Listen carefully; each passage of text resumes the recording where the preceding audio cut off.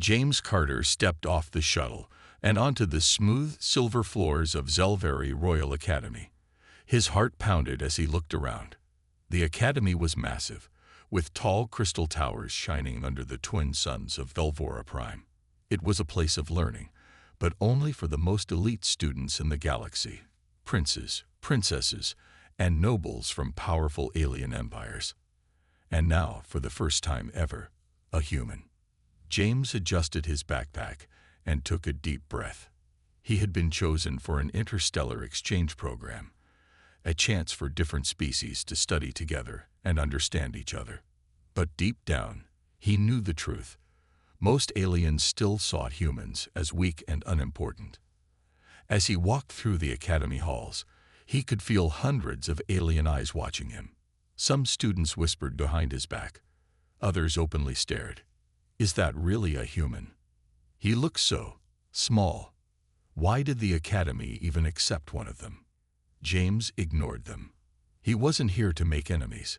He was here to prove himself. A princess and a stranger. His first class was Advanced Galactic Engineering, a subject he loved. James found a seat at the back, trying to stay unnoticed. The professor, a tall insect-like being with glowing blue eyes, introduced the lesson.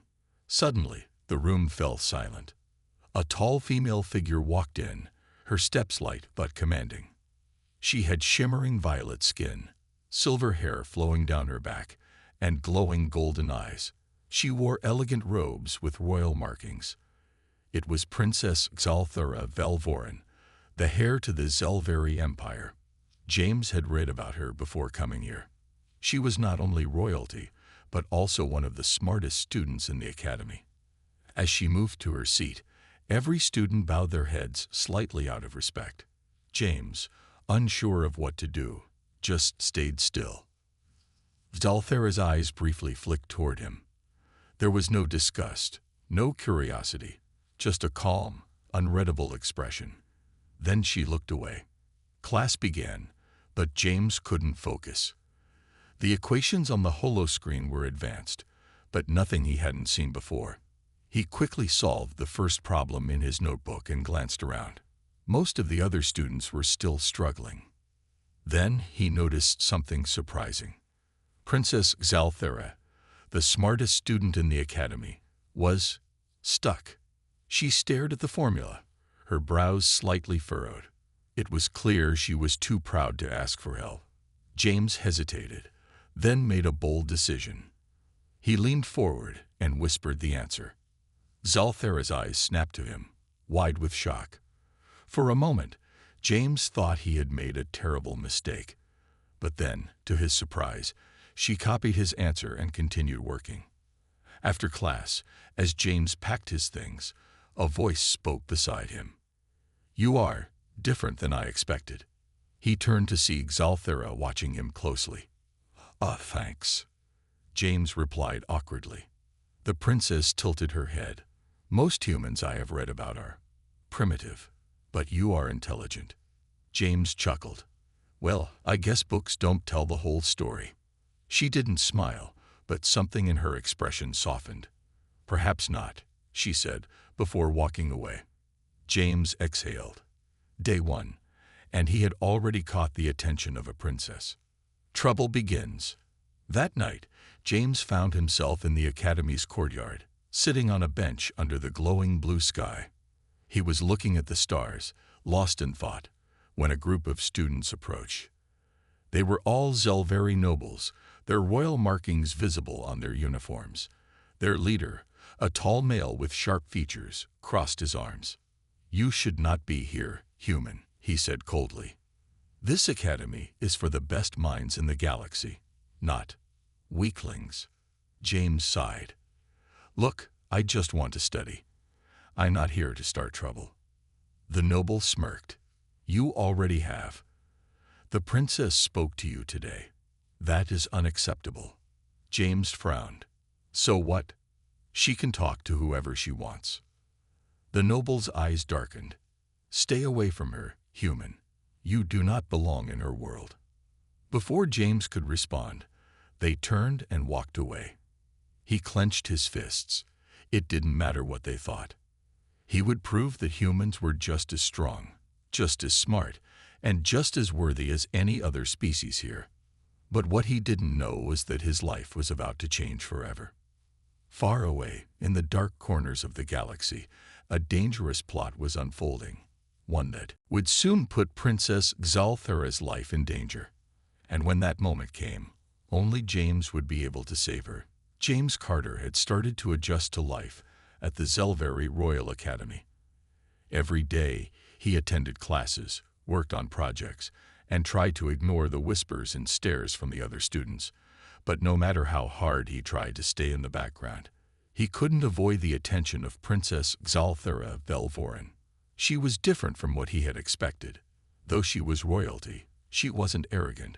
She was intelligent, curious, and unlike most nobles, willing to talk to him.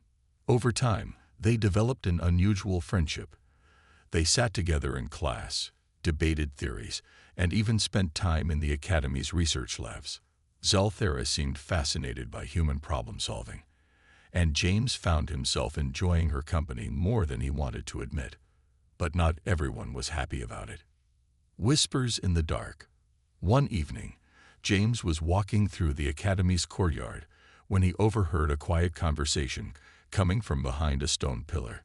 He stopped and listened. "She's a danger to our plan," a low voice said. "The princess must be removed before she reaches the throne." Another voice responded. "She is too open-minded, too willing to accept outsiders. The empire needs a strong ruler, not a weak diplomat." James's heart started pounding. They were talking about Xalthera. Someone wanted her gone. Carefully, he peeked around the pillar. Two Zelveri nobles stood in the shadows, their royal robes barely visible under the dim blue glow of the Academy's lights.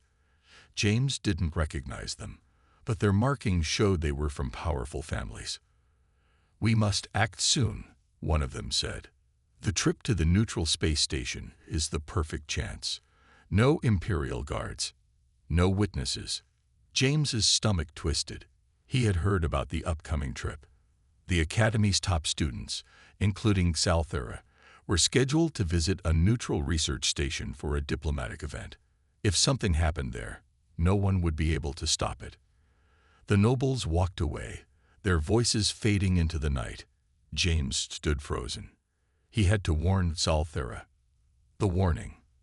The next morning, James found Xalthera in the Academy's study hall, reading a holographic text.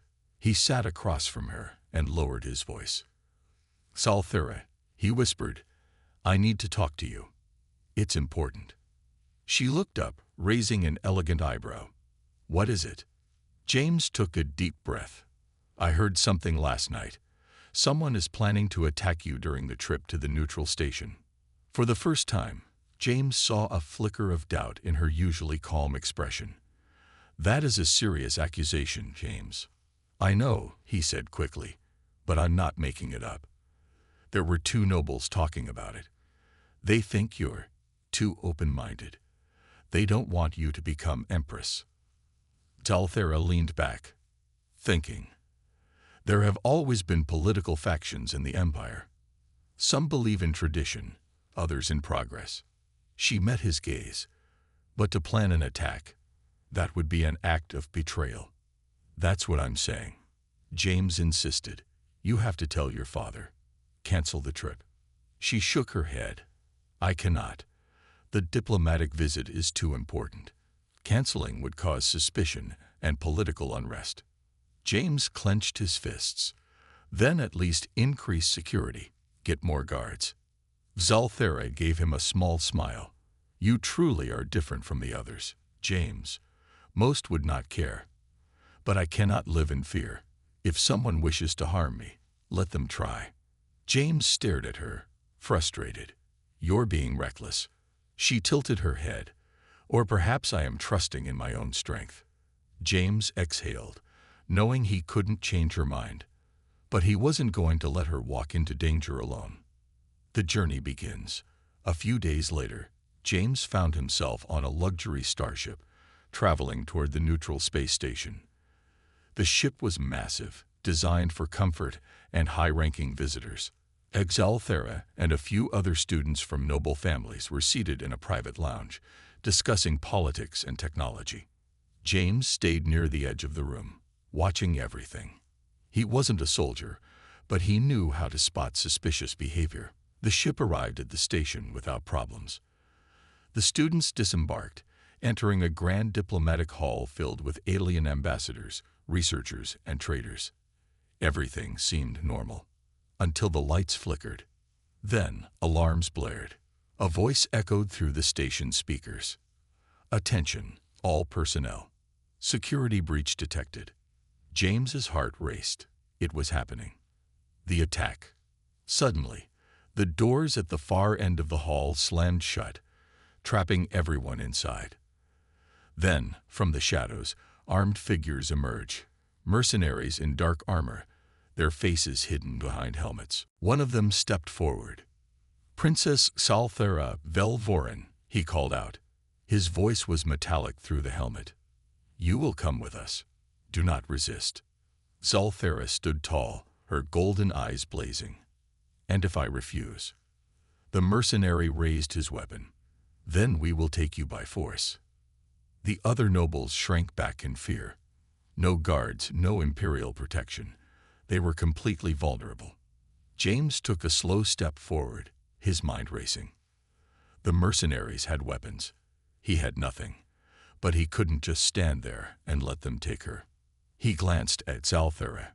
She was strong, but even she couldn't fight all of them alone. He had to act.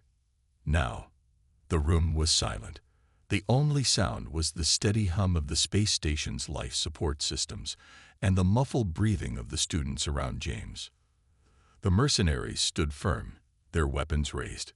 Their leader, the one who had spoken, took another step forward.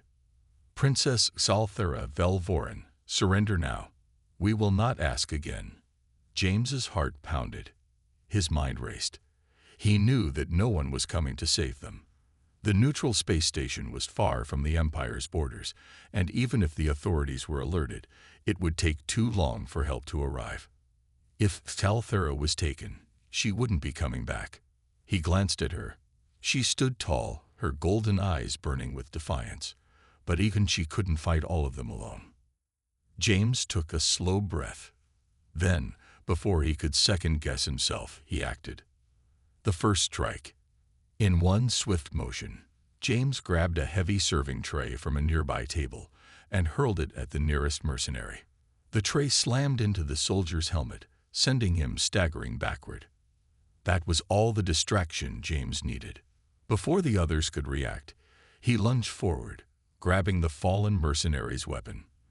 The alien rifle was heavier than he expected, but he forced himself to lift it, his muscles straining. The other mercenaries turned their weapons toward him. James dove behind a table, just as energy blasts sizzled past him, burning holes into the floor. Chaos erupted. The nobles screamed and scrambled for cover. The mercenaries shouted orders to one another. The Exalthera, instead of running, moved like lightning, dodging an incoming attack and disarming one of the attackers with a swift, precise strike. James's hands shook as he aimed the stolen weapon. He had never fired an alien rifle before. He had no training, but he didn't need perfect aim. He just needed to create an opening. He pulled the trigger. A blast of blue energy shot across the room, narrowly missing one of the mercenaries. James gritted his teeth. Close enough. The mercenary ducked, giving Salthera the opportunity she needed. She twisted, grabbed a fallen blaster, and fired 3 shots in rapid succession. 2 mercenaries collapsed. The escape plan. James knew they couldn't win a long fight. They needed to get out. "Salthera," he shouted. "We need to move." She nodded, her sharp eyes scanning the room. "The docking bay is on the lower level." James fired another shot, forcing the remaining mercenaries to take cover. Then he ran, sticking close to Salthera as they made their way toward the exit. The doors were locked. Of course they were. Salthera didn't hesitate. She smashed a panel on the side, exposing the station's security controls. I can override it, but I need a few seconds. James turned back. The mercenaries were recovering. They were getting organized again. They didn't have a few seconds. Holding the line. James grabbed a chair and wedged it between the door handles, buying them a few extra moments. Come on, Zalthera muttered, her fingers flying over the controls. The mercenaries charged. James fired wildly, forcing them to slow down. But they were advancing. They had armor. He didn't. Then, suddenly, got it. The doors slid open, and James didn't hesitate. He grabbed Zalthera's wrist and pulled her through. They ran. Behind them, alarms blared through the station. Security forces would arrive soon, but James doubted they would be fast enough. Zalthera led them through the twisting corridors, her knowledge of the station's layout keeping them ahead of their pursuers. Finally, they'd reached the docking bay. James's heart sank. The mercenaries had reinforcements. At least 5 more soldiers stood between them and the ships. There, that shuttle. Zalthera pointed to a small unmarked transport dock nearby. James's mind raced. They couldn't fight their way through this time. Then he spotted a stack of fuel canisters near the entrance. An idea formed. A crazy, reckless, dangerous idea. A desperate gamble. James turned to Zalthera. Can you pilot that shuttle? She gave him a sharp look. Of course. Good, James said, because I'm about to do something stupid. Before she could protest, he grabbed a small maintenance drone that was resting on a workbench. He ripped open the panel and rewired it in seconds. Then he sent it flying straight into the fuel canisters. Get in the shuttle. Now, he shouted. Zalthera ran. The mercenaries saw the drone, saw the canisters, and realized too late what was happening. James grabbed a discarded blaster and fired one last shot. The canisters exploded. The shockwave ripped through the docking bay, sending soldiers flying. Flames and smoke filled the air. James sprinted toward the shuttle, coughing as he stumbled inside. Zalthera was already at the controls. Strap in. The engines roared to life. The docking clamps released. The shuttle shot out of the station, just as more alarms blared behind them. The aftermath. James collapsed into the co-pilot's seat, his chest rising and falling. His hands were still shaking. Zalthera glanced at him. For the first time since they met, there was no arrogance, no royal grace, just gratitude. You saved my life, James Carter. James gave a breathless laugh. Yeah, well, I wasn't gonna let them take you. She studied him for a long moment. Then she nodded. You are unlike any human I have ever known. James smirked. I get that a lot. Outside, the vastness of space stretched before them. They had escaped. But James knew this wasn't over yet. Someone powerful had ordered the princess's capture, and they wouldn't stop now. And somehow, James had just become part of something much bigger than himself. James Carter sat in the co-pilot's seat, his hands gripping the armrests as the small shuttle rocketed away from the neutral space station. His heart was still pounding from the battle. The explosion in the docking bay had bought them time, but he knew it wasn't over yet. Beside him, Princess Zalthera Velvorin expertly piloted the craft, her golden eyes scanning the controls. She looked calm, but James could tell she was just as tense as he was. Are they following us? He asked, forcing himself to breathe evenly. Zalthera pressed a few buttons on the control panel. A holographic radar appeared, showing the space station behind them. A moment later, red blips appeared on the screen. 2 pursuit ships, she said, her voice tight. Heavily armed. They'll catch us in minutes. James clenched his jaw. We need to lose them. Zalthera gave him a sharp look. This is a shuttle, James. It's not built for combat. If they reach us, we are finished. James's mind raced. He refused to believe they were out of options. Is there a nearby planet? He asked. Somewhere we can hide. Zalthera checked the navigation system. There is a gas giant ahead. It has a dense asteroid field in its orbit. If we can reach it, we might be able to lose them. James nodded.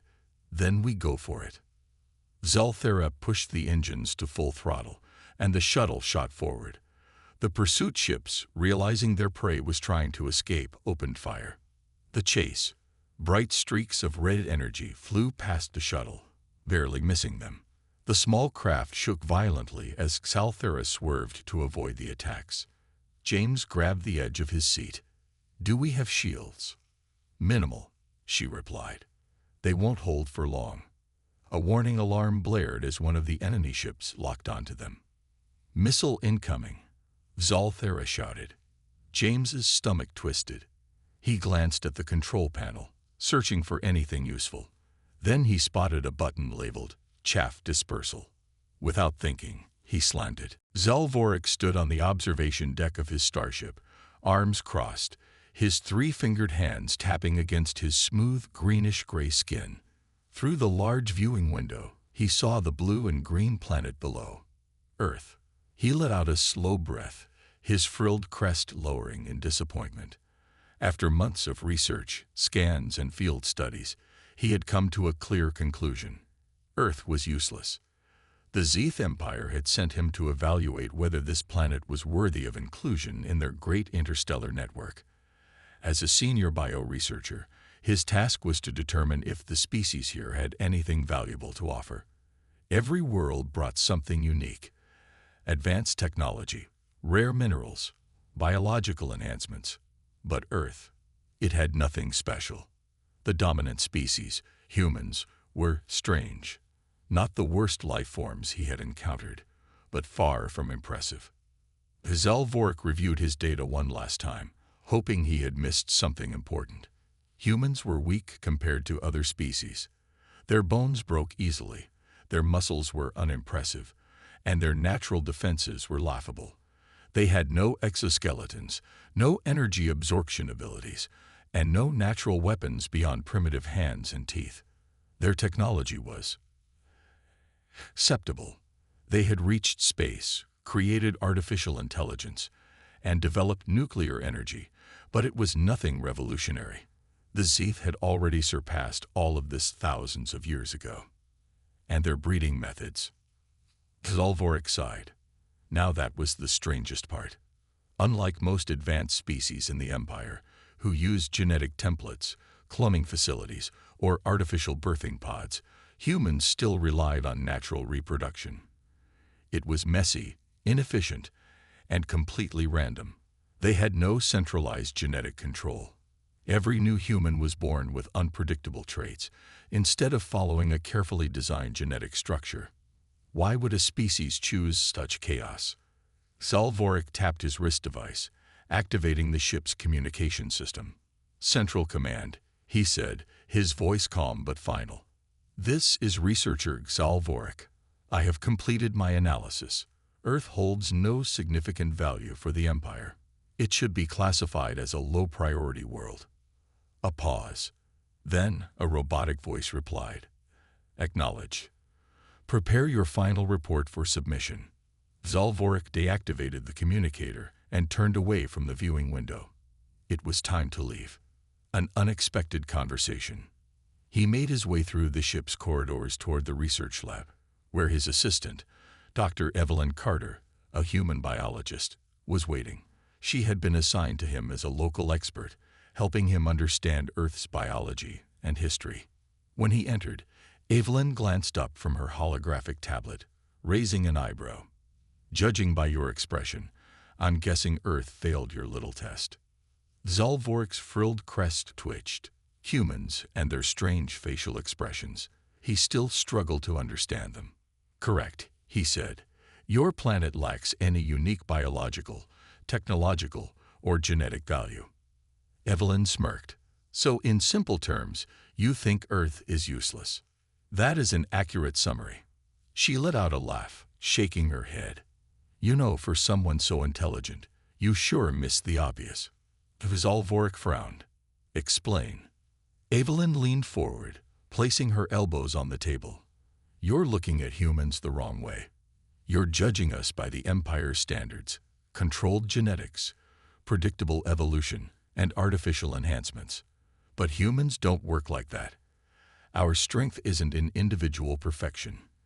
It's in adaptability, creativity, and rapid evolution. Zalvorik remained silent, intrigued despite himself. Evelyn continued, "You say our breeding methods are inefficient because we don't use cloning or artificial templates. But that's what makes us powerful. Every human is born unique. We don't just copy the past. We create new possibilities with every generation. Our evolution isn't controlled, but that's what makes it faster than any other species in the galaxy." Zalvorik tapped his chin, considering her words. The Empire had always believed in genetic stability. They designed their offspring to be perfect copies of the best traits. But humans embraced randomness, and somehow they had still survived and thrived. "I find this difficult to accept," Zalvorik admitted. "Controlled genetic engineering ensures stability. Why risk unpredictable outcomes?" Evelyn grinned, "Because sometimes the unexpected is the best advantage." A shocking discovery. Curious, Zalvorik decided to study human adaptability further. He reviewed historical records, examining how humans had survived plagues, wars, environmental changes, and even genetic disorders, not through controlled evolution, but through innovation and sheer determination. He was stunned.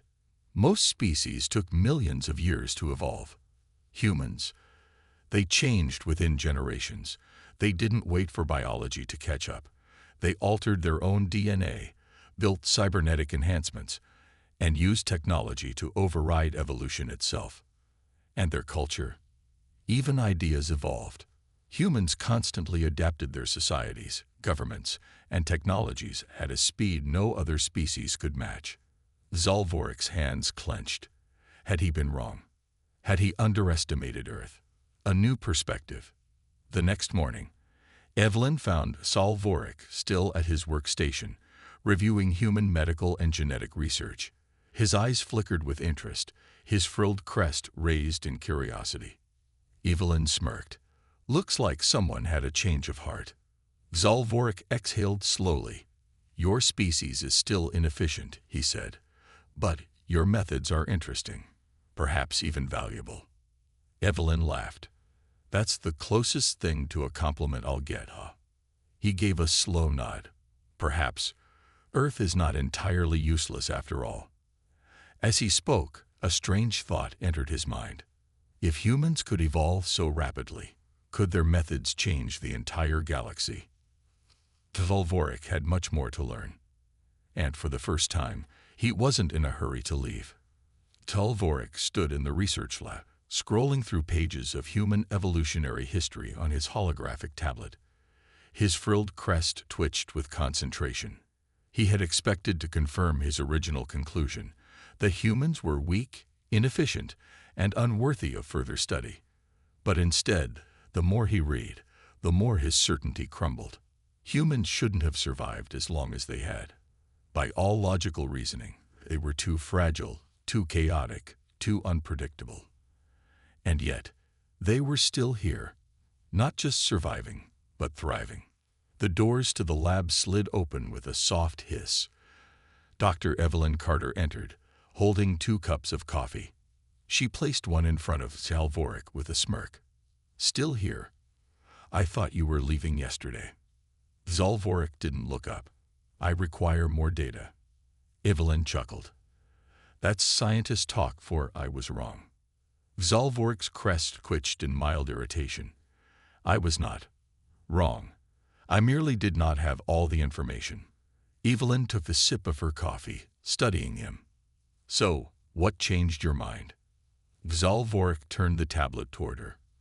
On the screen was a timeline of human evolution, from early hominids to modern technological advancements. He tapped on one section. "Your species lacks genetic stability. You have no defined evolutionary path, and yet you outlast stronger species. Why?" Evelyn grinned. "Because we don't just evolve biologically. We evolve mentally and socially. We adapt to problems instead of waiting for nature to fix them. Zalvorek frowned. Explain. Evelyn leaned against the table. Take the Ice Age. Most species died off because they couldn't handle the cold. Humans, we figured out how to make fire, build shelters, and create warm clothing. Instead of waiting for evolution to make us resistant to the cold, we outsmarted it. Zalvorek tapped his fingers on the table. You override natural selection. Evelyn nodded. Exactly. Zalvorek felt a strange excitement bubbling inside him. This was new. No species in the Zeeth Empire behaved this way. The Zeeth believed in strict genetic design. If a species was weak, it was removed. If an individual was flawed, they were not allowed to reproduce. Their evolution was controlled, predictable, safe. But humans thrived on unpredictability, strength and weakness. Zalvorek switched the screen to a different section of the database. Your species is physically inferior. You are weaker than the Grek, slower than the Vathari, and less intelligent than the Xelorans.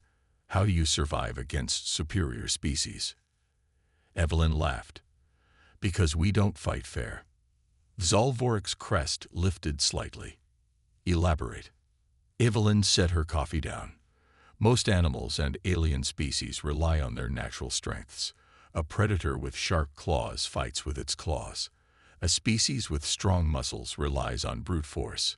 But humans, we use tools, strategy, and teamwork. We don't rely on natural weapons. We invent better ones. He crossed his arms. I will need volunteers. Evelyn raised an eyebrow. And where exactly are you going to find humans dumb enough to agree to this? The volunteers. Zalvorek didn't have to wait long. Evelyn made a single post on the internet, something about an alien scientist running a study on human problem-solving skills. Within 2 hours, she had over 500 applications. Zalvorek was stunned. Your species volunteers for unknown experiments. Willingly. Evelyn laughed. You're underestimating human curiosity. If something sounds exciting or challenging, people will sign up just to see what happens. Zalvorek shook his head in disbelief. No other species did this. In the Zeeth Empire, nobody took unnecessary risks. Everything was calculated, planned, and safe. Humans? They ran toward danger just for fun. After reviewing the applications, Zalvorek selected 10 individuals, a mix of different backgrounds, ages, and skill levels. They would be placed in a closed simulation, monitored by his ship's AI, and given only basic supplies. Their mission: survive and adapt. The simulation begins. Zalvorek and Evelyn stood in the control room, watching as the volunteers were transported into the simulation. The environment was a large artificial forest, created inside the ship's holodeck. It had changing weather, unpredictable food sources, and hidden dangers. Evelyn leaned against the console. All right, genius. What do you think will happen? Zalvorek steepled his fingers. I predict failure. Most species cannot survive without a structured system. Evelyn smirked. Wanna bet? Zalvorek ignored her and turned to the monitor. The experiment had begun. Unexpected results. Within the first hour, the results shocked him. Instead of panicking or fighting for dominance, the humans immediately began organizing. One of them, a man named Jack, quickly took charge. He didn't force anyone to follow him. He simply started giving suggestions. All right, we need shelter before nightfall. Let's split into teams. Some of us gather materials, others look for food. To Zalvorek's disbelief, everyone listened. Another human, a young woman named Leah, began identifying edible plants. This one's safe. That one will kill you. Meanwhile, a scientist named Dr. Patel was already drawing a map of the area, noting where food and water sources were. Zalvorek turned to Evelyn. They are cooperating instead of competing. I did not expect this. Evelyn grinned. That's another thing about humans. When things get tough, we work together. A sudden challenge. By the end of the first day, the group had built 3 small shelters, created a basic food supply, and even crafted primitive weapons from tree branches. Zalvorik was impressed, but he needed to see more. He activated a hidden program. The simulation's weather shifted. Heavy rain poured down. The temperature dropped. The ground became slippery, and visibility was reduced. "Now we shall see true adaptation," Zalvorik murmured. Most species in the Zeeth Empire would struggle in such conditions. Cold-blooded creatures would freeze. Winged species would be grounded. Even technologically advanced species would require shelters and heating units. But humans, they thrived. Jack immediately started a fire using dry wood and a spark from his knife. Leah reinforced the shelters with thick leaves to keep out the wind. Dr. Patil adjusted their sleeping arrangements to conserve body heat. Zalvorik's frilled crest rose in shock. They had prepared for this. Evelyn nudged him. "Still think we're weak?" Zalvorik exhaled slowly. "No, your species is fascinating." For the first time, he realized something. The Zeeth Empire had made a mistake. They had spent millennia removing unpredictability from their evolution. But unpredictability wasn't a weakness, it was a weapon. And humans had mastered it. A new understanding. As the experiment continued, Zalvorik's mind raced with possibilities. If humans could adapt this quickly, what would happen if they were introduced to Zeeth technology? What if they were given access to genetic engineering? Would they become even stronger? More dangerous? He wasn't sure. But for the first time, he wasn't thinking about humans as inferior. He was thinking about them as the future. And that terrified him. Zalvorik stood in the observation room, his frilled crest twitching as he watched the humans adapt faster than expected. He had believed the simulated environment would eventually overwhelm them, forcing them to fail. Instead, they thrived. Dr. Evelyn Carter sipped her coffee beside him, looking amused. "You thought they'd be useless, didn't you?" Zalvorik's claws tapped rhythmically on the console. "It is unexpected. Their efficiency increases under pressure. Even in unpredictable conditions, they create order." Evelyn smirked. "Told you, chaos is kinda our thing." Zalvorik studied the display. The storm simulation had lasted 3 days, but the humans had handled it remarkably well. Their shelters were now waterproof, their food storage improved, and their teamwork stronger. But one question remained. What happens when resources become truly scarce? Zalvorik adjusted the controls, activating the next phase of the experiment. For the next 48 hours, all food sources would disappear. Would they turn on each other? Would their so-called teamwork break down? He was about to find out. The test of scarcity. Inside the simulation, Jack was the first to notice the problem. "We've checked the usual hunting spots. No animals. No fish in the stream either." His brow furrowed. "Something's off." Leah ran a hand through her hair, looking at the half-empty food supply. "We have enough for maybe 2 days if we ration. But after that."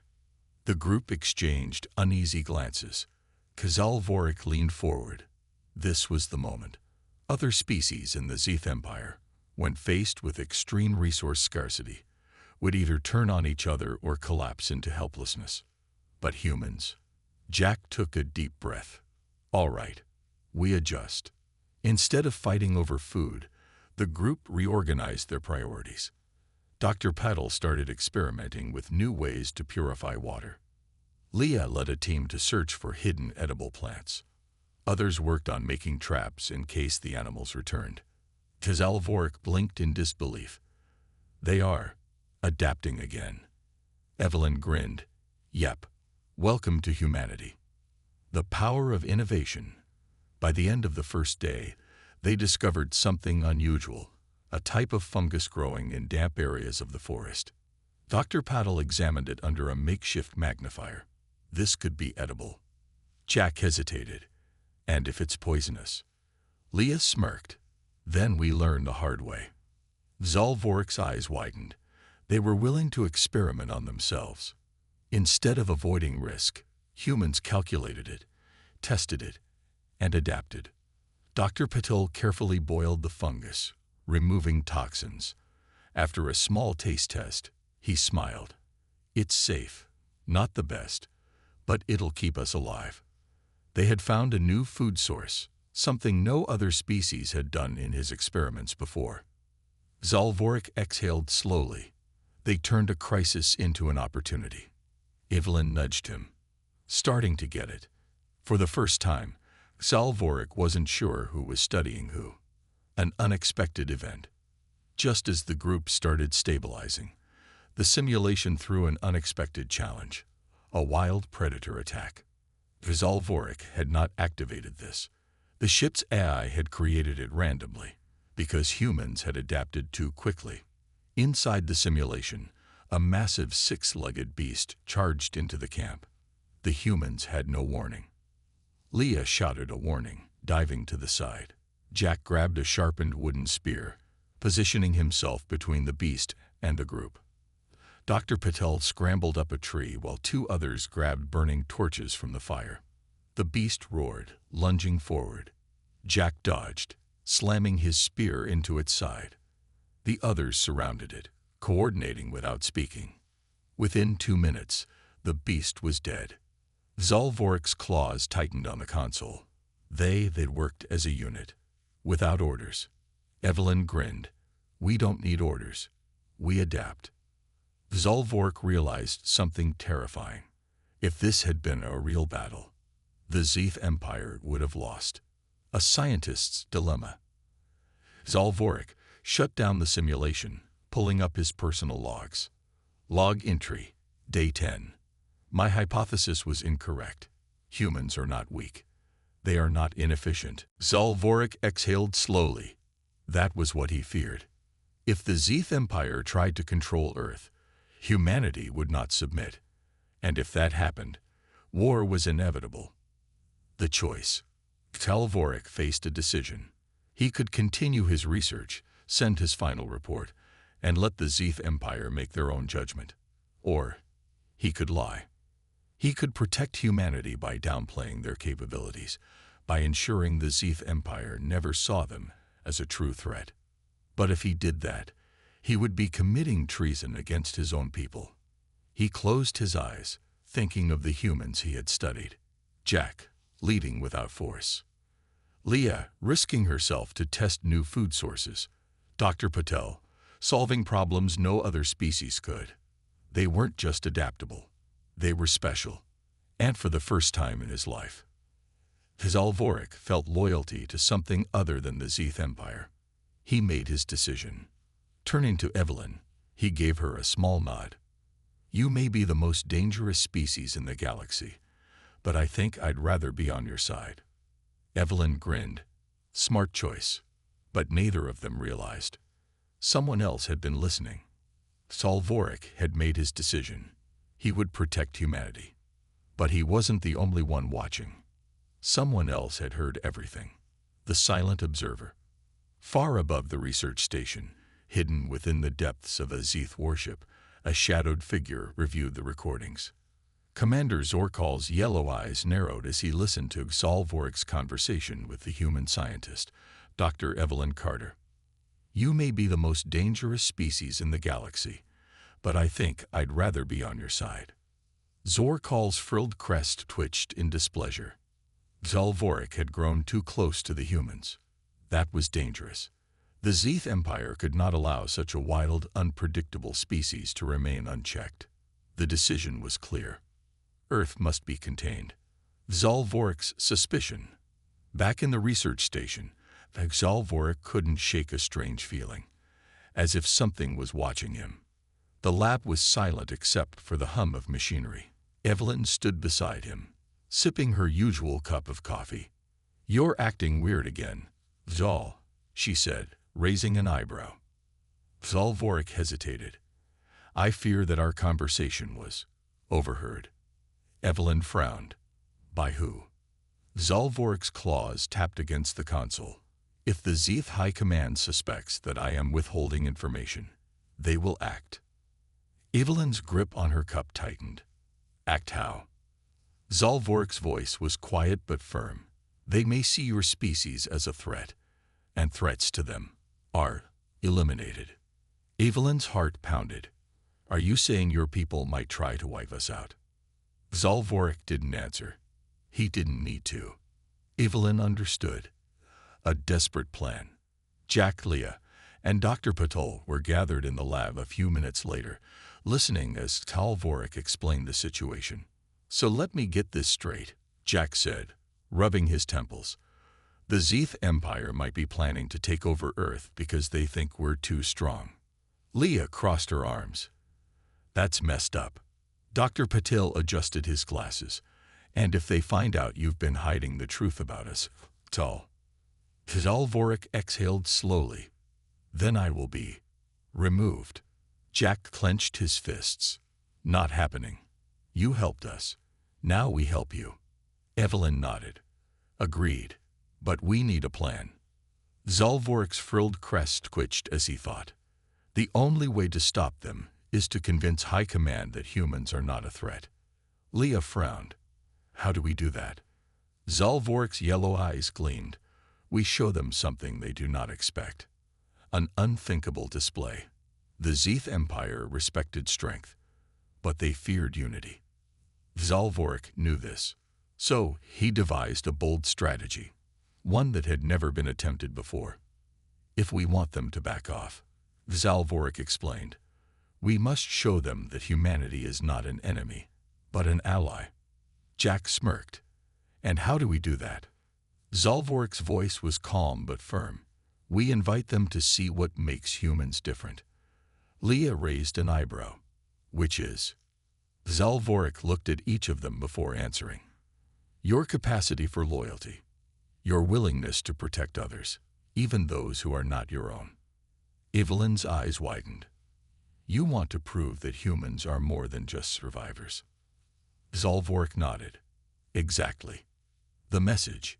Using the station's secure communication system, Zalvorik sent a formal request to the Zeth High Command. To High Command, I request an official audience to present my findings. The human species is not what we believe them to be. They are not simply warriors. They are something more. I ask that you witness it for yourselves. The response came within minutes. Request approved. A Zeth fleet is already en route. Zalvorik's stomach tightened. They were coming. The calm before the storm.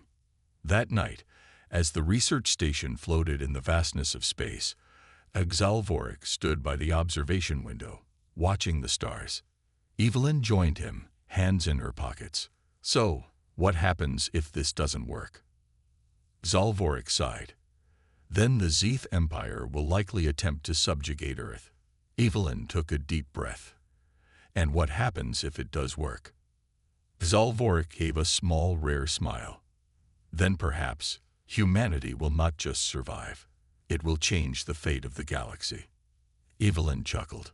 No pressure, huh? But in the silence that followed, they both knew the truth. Everything depended on what happened next, and failure was not an option. The Zeth fleet arrived with silent menace. Their massive warships hovered above the research station, their dark metal hulls reflecting the distant light of a dying star.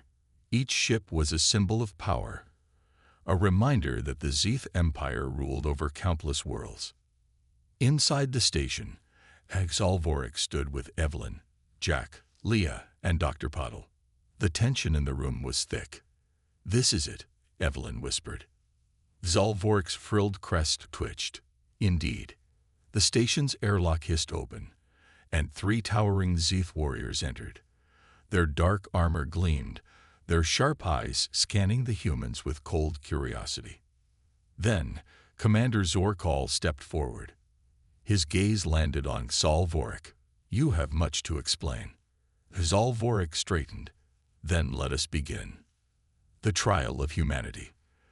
The group entered the main chamber, where a holographic display showed all the data Zalvorik had gathered on humans, their adaptability, intelligence, and teamwork. Commander Zorkal studied the information carefully. His expression remained unreadable. "You claim that humans are different," he said finally, "that they are not a threat to the Empire." Zalvorik nodded. "That is correct." Zorkal's gaze shifted to Evelyn. "Then prove it." Evelyn stepped forward. She knew this was the moment that would decide Earth's fate. She took a deep breath. "You see us as dangerous because we adapt fast, right?" Zorkal nodded. Evelyn continued, "But what you don't understand is why we adapt. It's not just about survival. It's about protecting each other." Zorkal's eyes narrowed. "Explain." Evelyn gestured toward her team. "Humans don't just fight for themselves. We fight for our families, our friends, even complete strangers. We don't abandon those who need help." Jack stepped up. "If one of us falls, another takes their place. We don't stop." Leah nodded. "And we don't fight just to destroy. We fight for peace." Dr. Patel added, "That's why we're dangerous. Not because we want war, but because we never give up on the people we care about." For the first time, Zorkal looked uncertain. He turned to Zalvorik. "And you believe this?" Zalvorik took a deep breath. "Yes." Zorkal was silent for a long time. Then he spoke. "The Empire has ruled for centuries by controlling weaker species." His voice was thoughtful. "But you are different. If we try to control you, you will resist. And you will not stop." He studied the humans once more. Then, to everyone's shock, he inclined his head slightly. "A species that values loyalty above all else is not an enemy." A new future. Zalvorik released a breath he hadn't realized he was holding. They had done it. Evelyn's shoulders relaxed. "So, does this mean we're not getting invaded?" Zorkal gave a low, rumbling chuckle. "No, the Empire will not move against Earth." Jack grinned. "That's a relief." Zorkal's gaze turned to Zalvorik. "You have chosen your side well, scientist." Zalvorik's crest lifted proudly. "I believe I have." Zorkal studied the humans one last time before turning toward the airlock. "We will be watching. But perhaps in time, we will do more than that." With that, he and his warriors departed, leaving the station in silence. Leah let out a laugh. "Did we just make peace with an empire?" Dr. Paddle smiled. "It certainly looks that way." Evelyn turned to Zalvorik. "Guess you were right about us." Zalvorik gave a rare smile. "It seems I was." The beginning of something greater. As the Zeeth ships vanished into the stars, humanity's future changed forever. They were no longer just another species lost in the galaxy. They were something more. And Zalvorik, he had found something he never expected. A home among the most unpredictable, stubborn, and remarkable beings he had ever met. The humans.